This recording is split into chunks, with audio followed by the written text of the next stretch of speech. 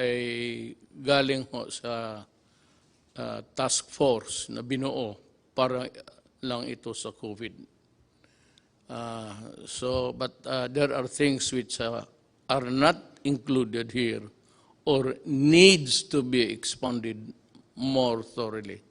Then I will discuss it in the second stage of my talk, by just answering the questions that have come to me officially, mga sumbong ng tao through text, and there are about 1,000 really. But we, endeavor to read it so that malaman ng tao kung ano ang nangyayari sa sitwasyon natin ngayon. So, basahin ko yung report ng Interagency Task Force for COVID. I'd like to read it slowly so that everybody is put on notice. There is no room for misinterpretation or maybe a double or what you would call, let me look for the word, I forget, but I'm sure it will come back to me. So first, let me read it. Sabi ko para clear lahat. Galing ito sa task force whose actions would govern the behavior of government, pati ako. Ako tiga, the president, so it goes to me, then it goes down to the critical persons involved here. And it is Secretary of Defense Lorenzana and Secretary Anyo of the DILG. Then also critical as the mga manager sa ating economy, pati yung nag-i-implement sa actual distribution. Binigay ko kay General Bautista. Retired na yan sila lahat, all civilians. But I have to have the critical mind of a military sa itong pera. Pag marami yan, pati ako kaya ko yung intindihin about the economy. But yung implementasyon at pagpaunawa kung paano ito gawin, I have faith in these three guys, and I would like them to proceed in a manner that they were trained to act and think, and that is a military trained mind. Our resources through the Bayanihan Heal as One Law has been mobilized, implemented. Yung iba nakatanggap na, yung iba wala pa. So as I go along, try to understand what I'm saying. I am reiterating that our most vulnerable citizens, especially the poorest of the poor, must receive the government's assistance immediately o hindi patayan sa gutom. Alam ko na we cannot just focus or zero in itong the poorest of the poor. It's actually bloom into something ginagamit sa politika, mga politiko na will go for the poorest of the poor. Pero yan talaga ang totoo. Marami ang may gusto. I will discuss it when I reach the point raised by Governor Remulla of Cavite, which I think is valid. We'll try to remedy whatever kung may pulot pa tayo sa daan. The economy is not moving, stand still, so wala tayong kita. Ang ginagamit natin, ito na yung nireserba natin na pera. Ang pinagyayabang ko na may pera tayo, it's 300 billion. Mabutit na lang nandyan talaga. Kaya kung hindi, kung minaldas ko yan ng mga project na karamihan naman kukurakot, mas mabuti pa, sabi ko, na itong pera na tinago ni Dominguez, pero may order na ano ka, tipid ka talaga, tipid tayo. Hindi natin ito pera, tipid. So that's what we do in the cabinet. I am really, alam nila yan, and you can ask all of them. Allergic ako sa paghingi na ng pera ang project ng mga cabinet members. Yung iba, hindi ko talaga pinipirmahan. Ayaw ko lang sabihin, may iba dito involved sa 270 billion. Sabi ko sa kay Mijaldia, kindly tell the cabinet member that I am not signing his program. Not because I do not trust him, but talagang isali na lang natin sa lahat kasi kukulangin tayo. Tapos yung poorest of the poor, yun namang hindi poorest of the poor, magrereklamo yun kasi sila, yung minsan yung nang umuupalan ng bahay, kumikita ng buwanan. Yung poorest of the poor, yan yung araw-araw na hindi makakain kung hindi makatrabaho. Or wala ng trabaho. Ito namang yung tawag natin na sa middle income, yung kanila, makaupalan ng bahay na medyo maganda sa subdivision, then may kunting pera sila para dideposito nila for the rainy days. Now, what is really very sad is that the rain has arrived.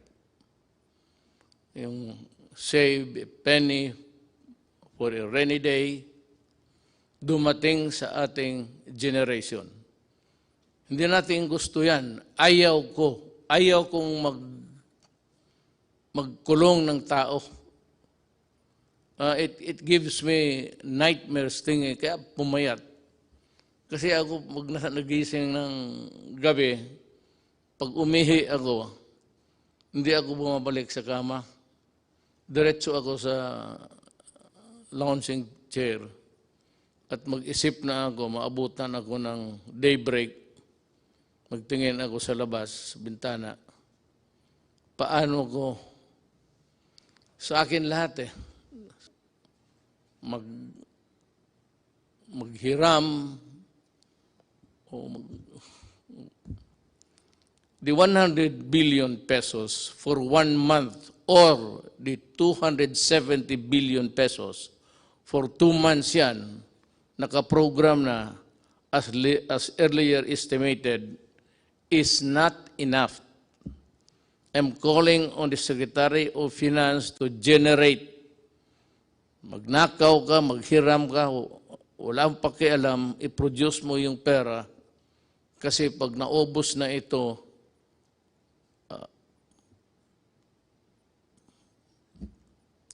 hindi ko malaman. Itong COVID na ito talaga yung tunay na at the start sinabi ko sa inyo. Bantay kayo dito, bantay tayo. Talagang yayariin na itong COVID na ito. It might not really cripple a country, but it will, of course, cause a sadness and fear kung paano tayo makaraos dito. We are exploring options to adjust our budget. Yung budget na yung earlier na budget, wala pa yung COVID. Sinabi ko, bawasan na lang yung iba or totally ilaglag mo na lang yung project na yan, iligay mo dito kasi ang unahin natin ang tao, ang tiyan. Kasi pag wala nang kinakain, a human being can be violent. Especially makita niya yung mga anak niya wala nang kain, nag-iiyak siya, maghingi ng gobyerno, tapos wala na akong maibigay at maubos yung bigas natin. Parang hindi lang ako, lahat sa buong mundo. Kami yung in charge sa gobyerno. Yun ang problema namin. Problema ko, problema ni Trump, problema ng lahat. Kasi yung economy nila, pareho man tayo lahat. Walang kita. Puro gastos na lang. Wala nang kumikita araw-araw na magbayad ng buwis, magbayad kung ano-ano. That is income for how it would impact on our GDP. Yung GDP is just yung income ng ekonomiya based on the income ng gobyerno.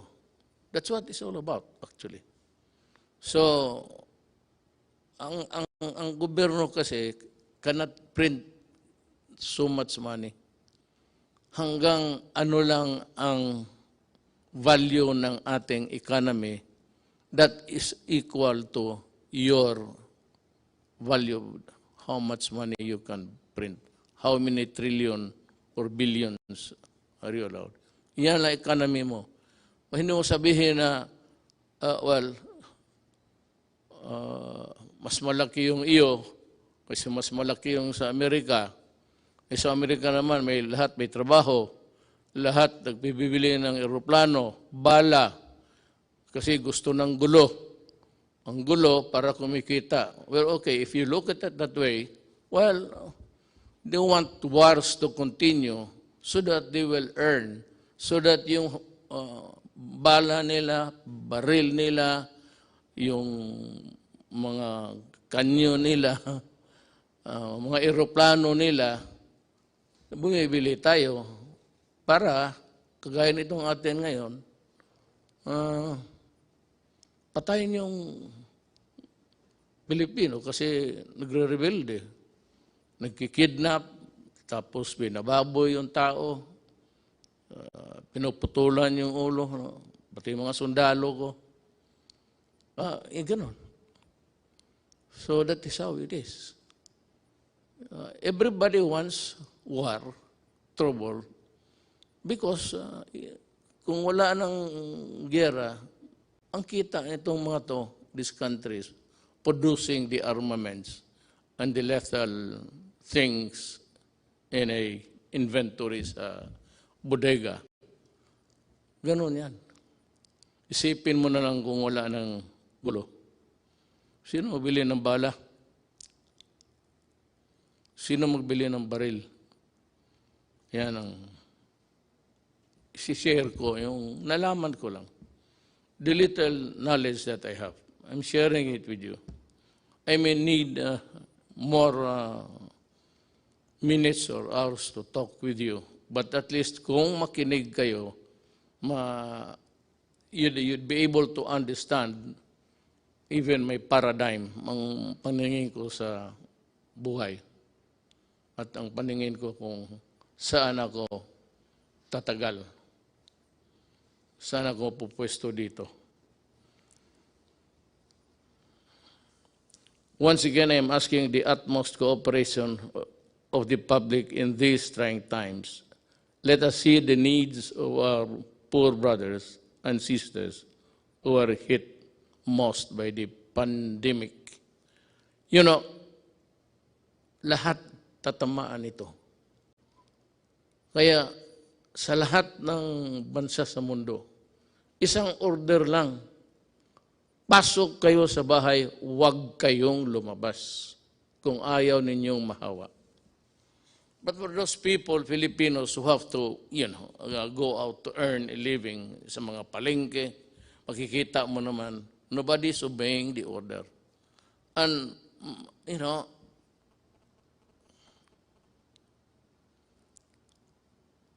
the devil and the deep blue sea ako eh. Paano, ibawal ko, huwag silang magtrabaho, lumabas, hindi kakain yan. Mabutit na lang nga, hindi na humihingi sa iyo. Pero ngayon, kung talagang higpitan mo, which is really the advice of all governments, lahat ng gobyerno, ito ang sinasabi. Go inside your house and lock it and do not come out until the pandemic is over. When? I do not know. Ano ba itong, bakit ba itong gobyerno na to hindi niya ma-solve? Ikaw, Duterte, lahat naman ng bunganga mo, hindi matakot yung halos in order patay pati isda. Wala kang magawa nito, hindi mo matakot ang COVID ho is science. Period. The reason why we are ordering you inside the house is also science. Period. Hindi ito kalaban na galing sa it's a goddamn microbe that's crawling all over the world. Sa Amerika, marami na ang patay. Italy, ang France, in one day, or was it Italy? In one day, 500 ang patay. So it's a deadly thing. That is why, huwag kayong lumabas. Kasi, alam mo ito, it's in the air. I hope you were able to see the Japanese expert science, paano mag-transmit. Kung kaharap ka lang ng ganun dito, less than 10 feet away, then I sneeze, mag-atching, mag-ubo ako. Tapos tinignan nila sa infrared, pinatayin lang yung ilaw, tapos tinignan nila at tapos naglagay sila ng dami. Pag makita natin, nakita ko this morning, early, paano lumilipad yung sumasama sa hangin. Kaya mag-mask kayo. Kasi pag nahigop mo yan, it's in the breath. Lahat naman tayo humihinga. Pag nandiyan ka, less than 10 feet, may hangin, dadalhin yung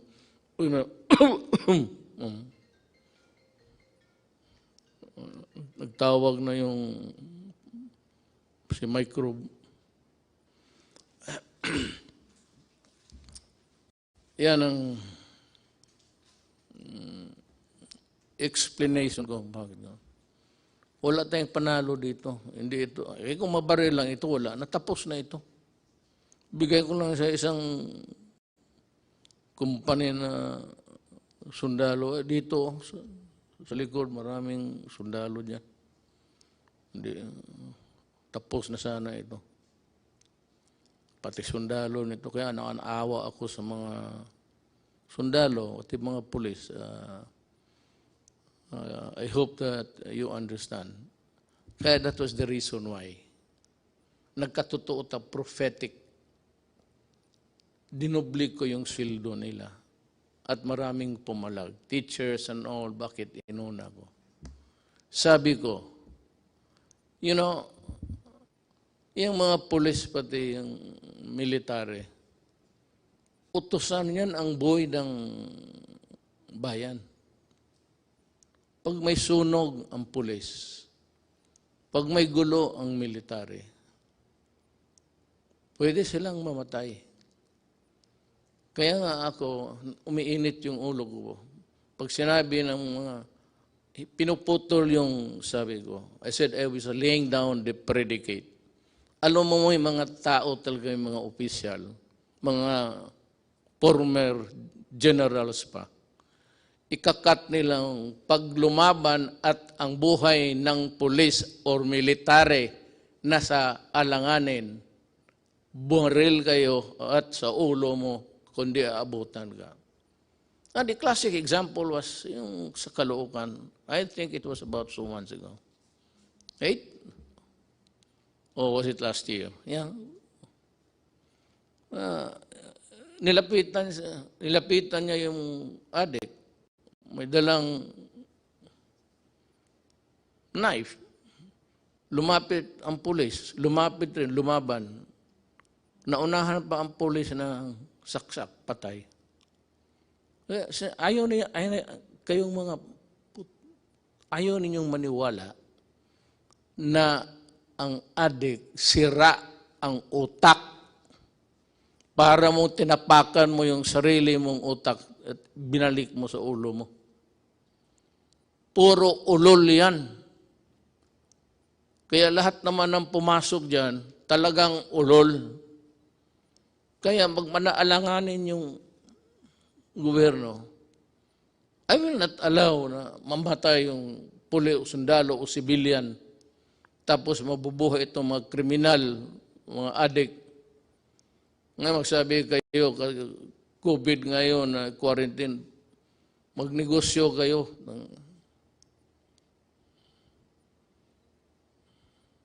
Wala nang malagyan eh.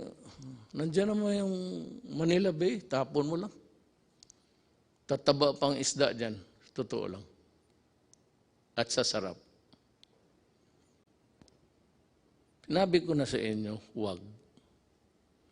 No, ngayon, it's a thing which is, I said, rampaging all throughout our country. And every country for that matter. Huwag ninyong subukan ang gobyerno kasi pati ang gobyerno desperado na. Ako desperado na rin. Sabi ko nga, nakatutok ako sa bintana. Makita ko na lang. Kaya may tulog ako. Kanina nagising ako mga 3 plus. Pag 2 beses ako before getting to bed, and once, talagang mag-ihi ako 1 beses, umaga. Yung gabi, no, magising ako. Nakatutok ako sa madilim na langit. Well, it's a private thing, but nagdadasal ako.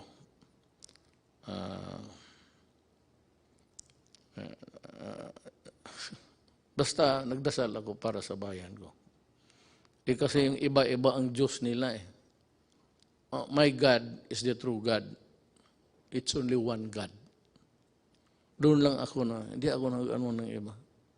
One God lang ako para isang salita lang. Hindi na marami pa akong intermediary. Parang santo, checkpoint yan. Diretso ako. So hindi na ako nagsisimba. At ang Diyos ko is God the Father. He's only one.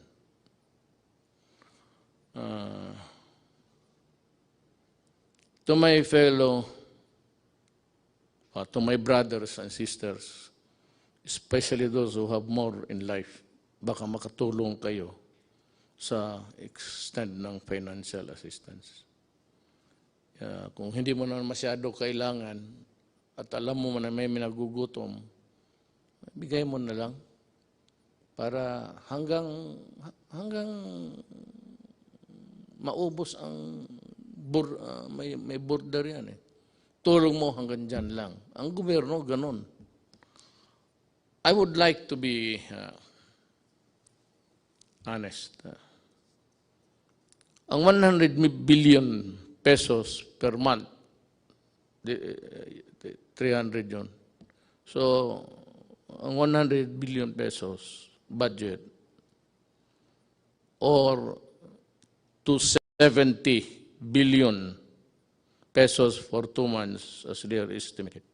Hindi talaga tatagal yan. It's like water, spring. Ewan ko itong Pasig River, how long it would. But long after wala na tayo, siguro yung Pasig nandyan pa yan. Pero hindi yan kagaya ng ating gobyerno na walang katapusan ang pera. Your money, money ko, money ng mga sinong may deposito sa bangko. Pag ginastos ko yan, mauubos talaga yan. Wala namang kita puro bigay na lang. So that is a problem. Kaya sana, Bisaya pa, dili na ang tubig mahubas po. Maybe this Pasig would take about 500 years to dry up, but it's not forever. Kaya, ako na, intindihin ninyo ako. Kaya kung may pera lang talaga, hindi ko hawakan yan. It is not my money. Hindi ko naman pwede manakaw. At kung manakaw ko lahat, anong gagawin ko sa pera na yan? Ang edad ko, I just turned 75 last month. With the remaining years, anuhin ko yan.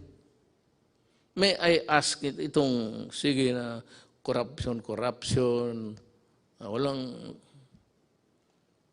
ngayon itong mga nagpa-posturing, may sabihin ka, ang sentence mo, pulisya na, ang sabihin lang niya, bawal yung magpatay ang pulis.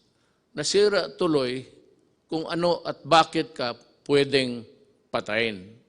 At may bakit na hindi dapat pumatay ang gobyerno, o pulis o military. Nawawala tuloy sila kasi nagle-lecture, bawal yan. Alam mo, kayong mga opisyal na pulis, dumaan man kayo. Tignan natin yung record ninyo. One of these days. Sige nga. Magprangkahan tayo. Ilabas natin lahat. Ilabas mo kung ilan ang pinatay ko. O ilan ang kabit ko. At ilabas ko rin kung ano kayo. At sabi nagpapahiro. Stop it. Kukurnihan ang mga tao niyan. Na may mga salita kaagad kayo, balikta rin. Yung naman ngayon, hindi pwede yan, dalawa, kasi bawal sa konstitusyon. Hindi nila alam, binabasa ko, batas mismo. Under the Constitution. Yung mga style na gano'n. So what's new? What's new with more than what is new? Ito nakasalasay ang I hope I pronounce it correctly. Nakasalay ang bayan natin sa pag-unawa sa ating isa't isa. Wala naman akong makuha sa inyo. Nagbabayad ako tuloy. Pati ako binabayaran. Daldal kayo ng daldal. Wala naman, alam ninyo, wala namang income. So, sino pinaparinggan ninyo? Sino yung trying to be smart elect. Yan ang nasa gobyerno ng iba. No, do not compete with me because you are not a lawyer. And a lot of you, you do not know your law. Sabi ko fiscal ako, 8 years ako nagtatrial. Lahat, anong kaso, rape, murder, police, pinatay, police nagpatay. So, huwag kayong mag-compete kasi may kulang eh.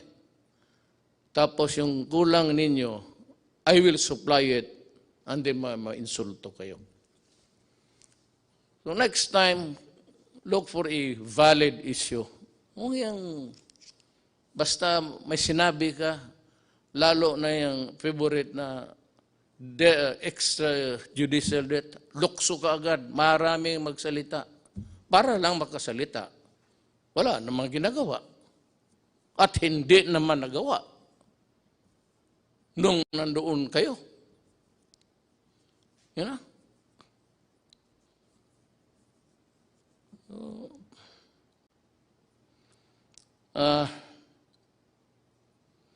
Let us take this problem one at a time. Ngayong itong buwan na ito, tutok lang tayo dito. Meron yung one ka-program for the next month. Pero kung gamitin ko yan ngayon at wala akong makuha, sa pagdating ng next month, saan kukuha? Sabihin ng Kongreso, binigyan ka na nga namin ng bilyon-bilyon. Yan ang bilyon-bilyon. Ang ginastos ko naman, sabi ko, at yung mga tao na humahawak din, mga military, ano yan, military na nakita ko, mayor na may prinsipyo at so, buwan-buwan lang tayo, ha? We are also trying to perfect this. Kung gusto lang natin, pero ang buhay kasi ganun. Gusto ko bigyan yung poorest of the poor, which is the popular cliche o politician. Nandiyan kami sa inyo ka poorest of the poor. Patignan mo kung nandiyan na sa pwesto. Poorest of the poor. Kayong panahon nila, nakita naman ninyo. Anong ginawa? Anong ginawa nila? Nasa gobyerno, itong madadaldal, nasa gobyerno nakita mo. O nagsuporta ng gobyerno na yun. Tatignan mo. Ngayon tapos, marinig ka na ano dito, nagpapaiwan pa na House Duterte, patayin si Duterte. Pato ito si, narinig, mabutit na lang nandyan si Attorney Pamatong. Sabi niya, dyan sa Facebook ba yan? He declared himself that I am the duly elected President of the Republic of the Philippines and I am ordering the military to arrest Duterte and to, sabi ko, tinanong ako ng staff dyan paglas, anong masabi mo sa sinabi ni Pamatong? Sabi ko, tama siya. Tama talaga siya. Sabi niya siya lang ang he will solve the problem in 3 weeks. Sabi niya, ang military kailangan arestuhin because nandito ako ready to solve the pandemic that has struck the entire planet Earth and he will solve the problem. Tama. Kung gano'n na siya, tama, I agree. Kung magpunta siya dito, mag-usap kami. Kung ang solusyon niya okay, then sabihin mo sa military na, Adre, tama si Amatong. Alis na ako.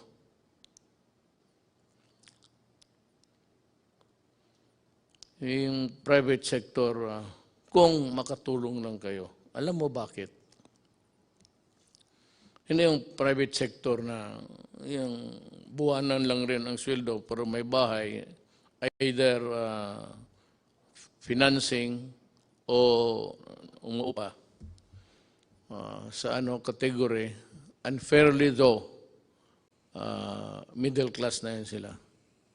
So sila, sinulatan ako ni Governor John Vic Remulla. He said, among the memo dumating sa akin is, ang humingi nito, among them is Governor John Vic Remulla, who is appealing to include the middle class in their constituency because kailangan rin nila. Ako, I agree. I know the political, economic horizon of the country. At least, nung akin lang, yung maliit kong sabi ko, hindi ako nagyayabang, maliit lang yung akin, how I deal with the problem. Alam ko, at kung maari lang, isali ko sila. But can they be included in the 270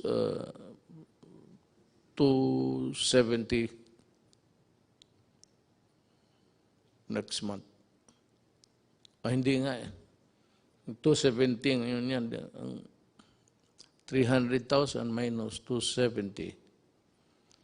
Yan ang maiwan. Kasi, yung sa estimate namin, hindi nga namin sila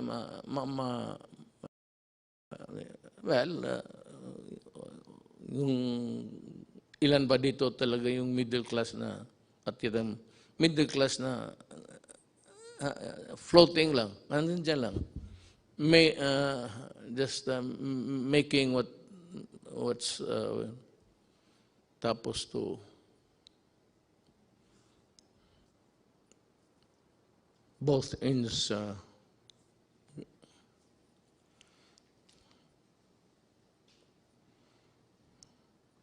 alam mo, ang sagot ko kasi dito, sagutin ko na lang. Ang solusyon nito is vaccine. Walang iba. Unless and until the bright boys, the scientific minds can come up with a vaccine or a previous, sabi nila yung sa malaria. I remember yung tatay ko. May tinamaan ng malaria yun eh. Panahon ng gera. Kita ko siya yung mag-shake, para talagang, parang addict. Ano yung anti-malaria, I remember. But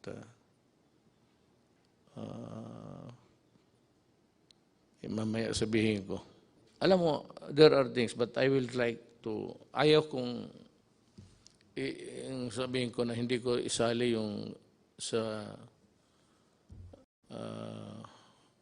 task force. Kasi sila yung mga doktor, sila yung mga economists, sila yung lahat ng tipon-tipon. Tapos experts ng anong field, infectious diseases or whatever. And they are better and to be there to help solve the problem. Tayong ako abogado, wala talaga ako.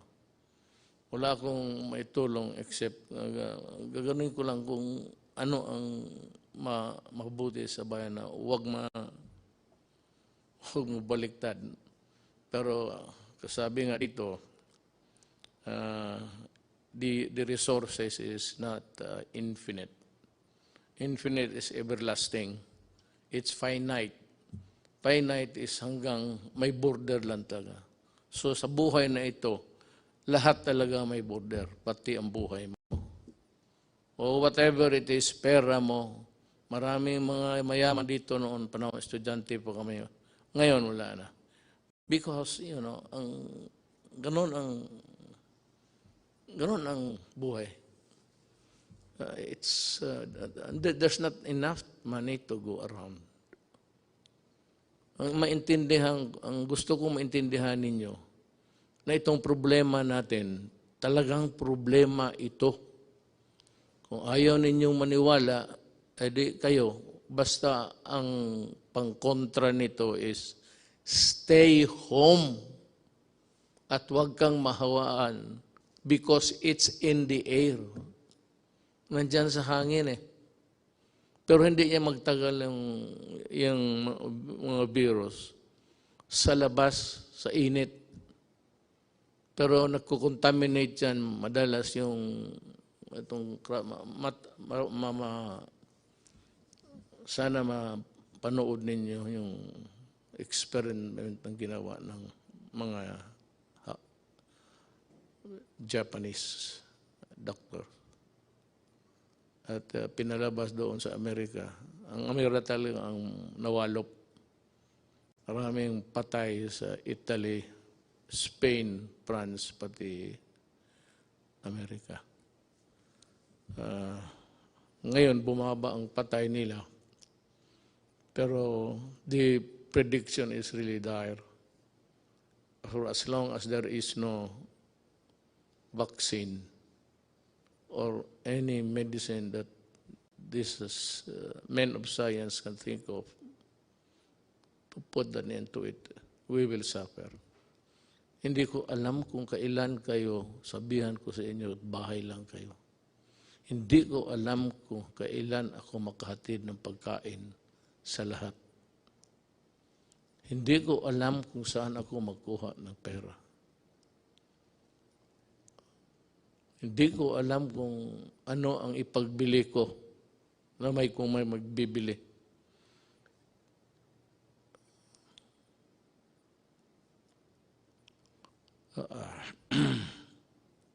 So just stay alert. Makinig tayo sa, hindi ito trabaho ng abogado ha. Trabaho ito ng mga medical experts pati men of science. Hindi, kami, I just happened to be here. I just happened to be here. To my chagrin, maybe. Bakit sa panahon ko tumama itong mas matindi ito sa gira. Walang kalaban eh, hindi mo makita.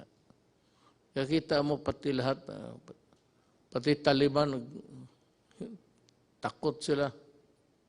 Lahat. Kasi yung pawis ng sagaran mo yung pawis, yung distance rule, social distancing. Okay, I just say distant rule. Isundin lang ninyo. Kung hindi ninyo masunod, well, I would say na hindi naman kasiguro kayo mamamatay. I hope not. I hope that you will not get sick. I hope that you will not die. Alam mo bakit kung mamatay ka? Sabihin ko sa iyo, galing hospital o saan ka clinic, your body can only be handled by people who are fully protected. Hindi ka na makahawak kung sino yung namatay. Ayaw ko nang magbanggit ng ano pa. Basta kung sino yung namatay, hindi mo mahawakan. Balot, diretso yan, tapos diretso sa sunugin crematorium. Hindi ka nga makaburol. You will not be allowed na magburol ka ng isang tao na matay sa COVID. Sunog talaga yan. Kaagad. Ora mismo. Hindi mo na makita. Makita mo na lang sa malayo na yan, kinakarga ng punerarya, car, funeral vehicle. Pero hindi ka na makalapit. Baski mayaman o mahirap. You will not be allowed to go near, touch the terrorists. Wala, diretso na. At walang libing yan. Sunog. Kaya I am forced to say this because dapat ninyong what is really at stake. ano kung hindi kayo magsunod.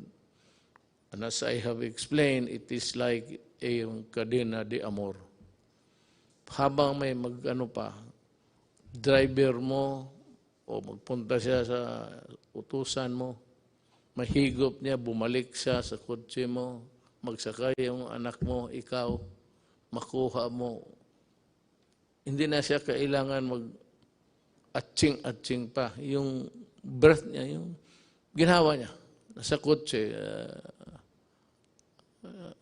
yun. O anak mo, payagan mo, mag-socialize, mag-inuman, tapos may yung isa, may tama pala, kasi ang tatay niya galing sa tapos isang kwarto, hindi niya alam na delikado yung enclose. Mabuti pa buksan mo. Aircon ka, buksan mo. Ano ko lang yan. Kasi yan man sinabi ng Hapon. Ganun ang interpretation ko. Ngayon, kailan matapos ito, Duterte, ang paghirap mo sa amin? Hindi po. Handa po akong, sabi ko, kung totoo yung pinapahirapan ko yung Pilipino, anytime po, sabihin ni Amatong bababa na ako, at sinabi ng military, totoo yan, subukan niya itong 3 weeks. Okay. Wala ka naman ako dyan para makatipid tayo sa bagay, wala nang burol na. Hindi yan yung patay mo na tatay, nanay, anak, asawa, na iburol na mag-iyak ka, marang magbisita. Hindi mo nga makita hanggang distansya ka lang. Hindi ka maglapit. Parang robot yung dyan lahat sila lang pwedeng humawak, sila lang pwedeng magpasok doon sa burner ng katawan. Sila lang. Ikaw, tingin ka sa malayo. Yan ang consequence ng COVID. Ayaw kong sabihin yan. Pag yan ang totoo. At kung maniwala kayo o hindi, kung ayaw mong maniwala, di magpakamatay ka, makita mo kung saan ka dalhin at papaano ka. You are not even buried. Because you are a dirty carcass, patay, you must be destroyed by burning. Dahil sa COVID. The one single sa atin, COVID. Lahat yan. Yung problema natin sa COVID. Anong solusyon? Huwag kang mahawa. Paano po? Huwag kang lumabas ng bahay. Paano ang kain namin? Maghanap ka ng paraan. Pero, mag-ano ka lang, basta may mask ka lang. Kaya sinasabi, ako hindi, yung mask na, hindi naman ako magsasalita dito na parang gangster. Paano ko sabihin sa inyo, tito mo itong to. Matapang daw raw, kaya niya yung COVID. Magipag-usap sa atin. Hindi, risk go ko na yan.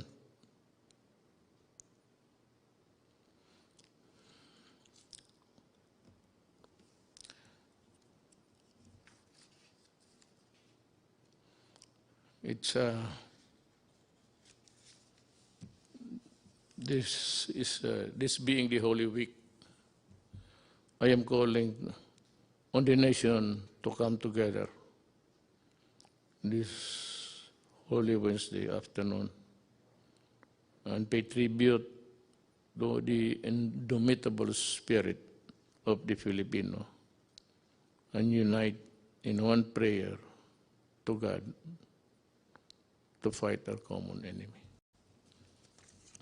Magdagdag, nag-improve ba tayo? I really do not know.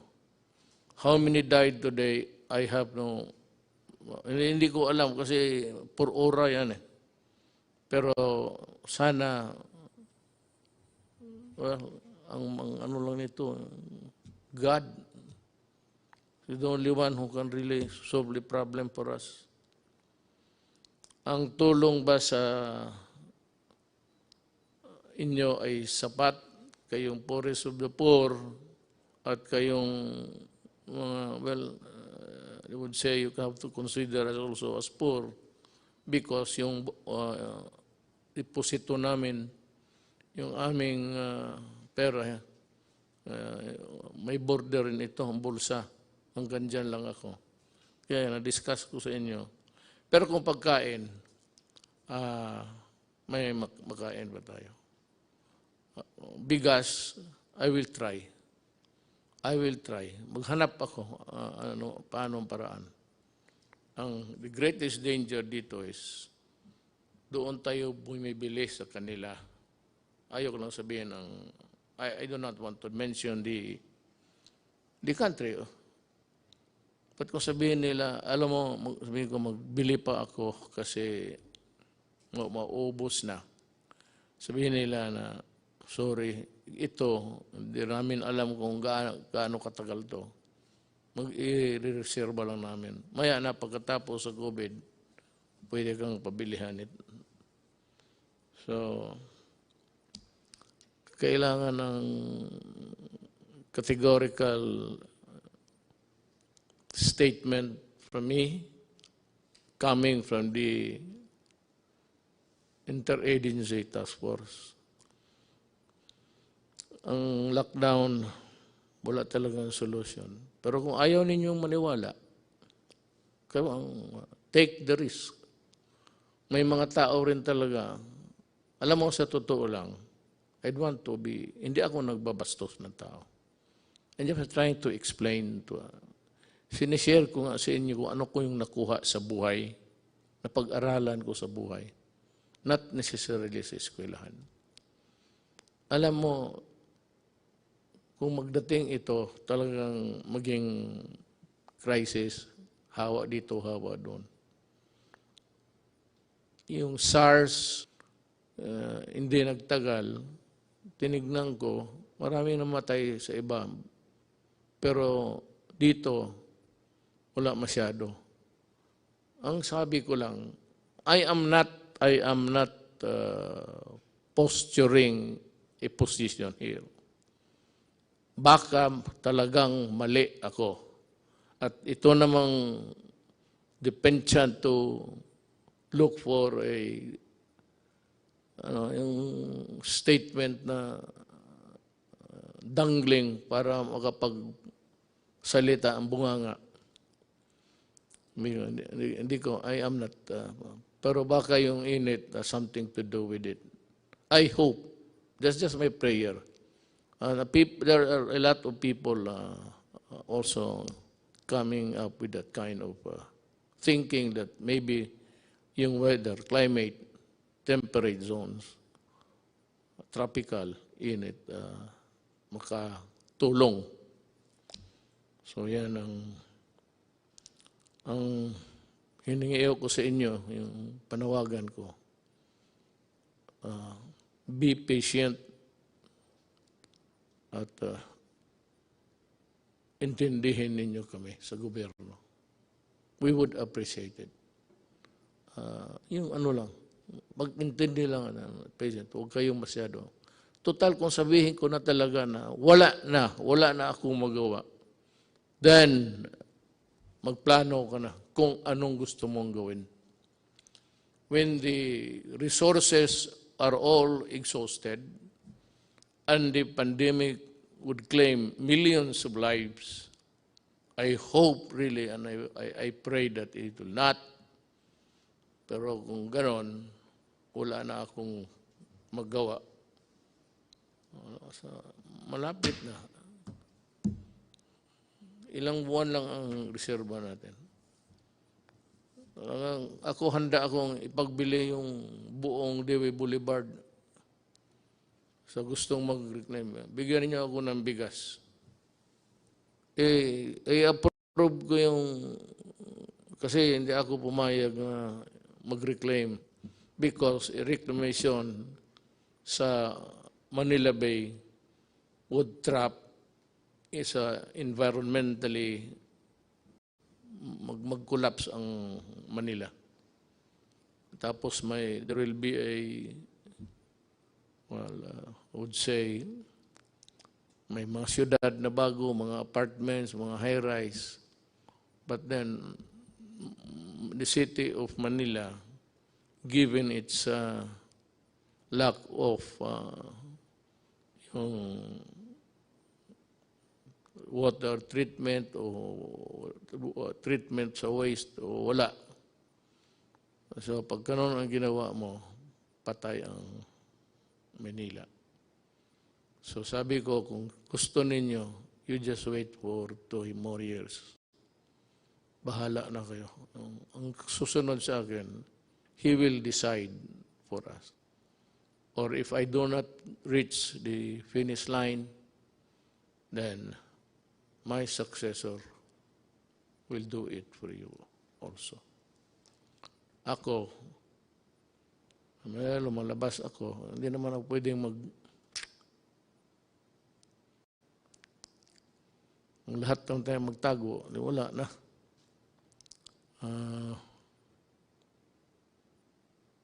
I have also to magsusugal rin ako.